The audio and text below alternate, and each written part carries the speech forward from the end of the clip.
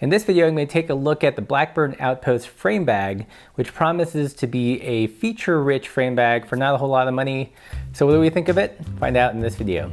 Welcome back, Pathless Peddlers, and if you're new to the channel, if you're looking for information and inspiration about bike touring, bike packing, and bike fishing, then definitely subscribe. This channel is for you.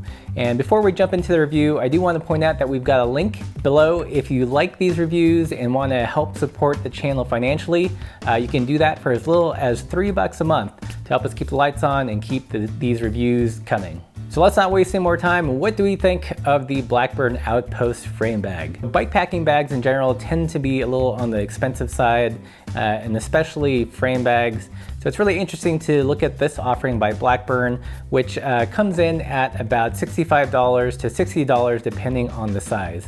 And relative to other frame bags on the market, that's actually pretty affordable. So what do you get for that 60 bucks? Let's find out. So this frame bag attaches to your bike like every other frame bag out there on the market. There's a series of Velcro straps that you can move around the top tube, the down tube, and the seat tube. One of the big design features in this frame bag is that it's expandable. It's designed to be run as both kind of a half frame bag, or by using a simple zipper and reattaching the bottom anchor, you can run it as a full-size frame bag. On the left-hand side, there is a full-length zippered pocket, which is fairly handy. It'll fit a phone, it'll fit snacks, multi-tool, and other doodads in there. On the right side, you've got a series of 2 mesh pockets, which is really useful for putting wrappers, maybe a couple dollars, or other small, thin items. Also on the right side is the main compartment zipper pull that pretty much just opens up to the space. It's got a nice little topo print pattern inside. Not really a high contrast interior, but a nice touch nonetheless. Another nice feature is that it does have a port for a hydration tube. So if you like to put a bladder in there and run the tube out the frame bag, you can do it with this one. So that's it for the overall features design. Let's talk about what we liked and what we didn't like about this frame bag. Starting off with the things that we like.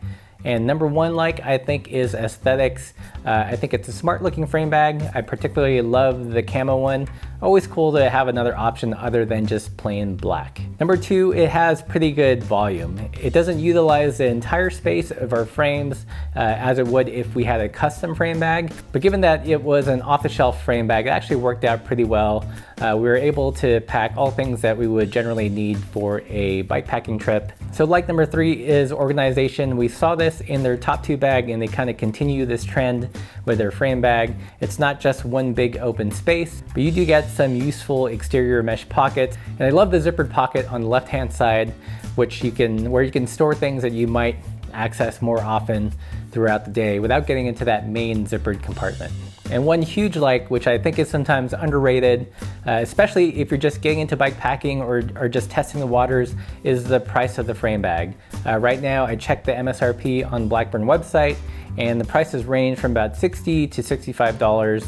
So it's a great kind of entry-level price for anyone that wants to get into bike packing but doesn't want to commit to a more expensive frame bag. So that's it for the likes. There are a couple things that we disliked about the frame bag, and we're going to get into those things now. Starting with number one, and that's the Velcro tabs. Yes, they're awesome in that there's lots of tabs to kind of really dial in the fit, but the Velcro straps themselves are just Velcro straps.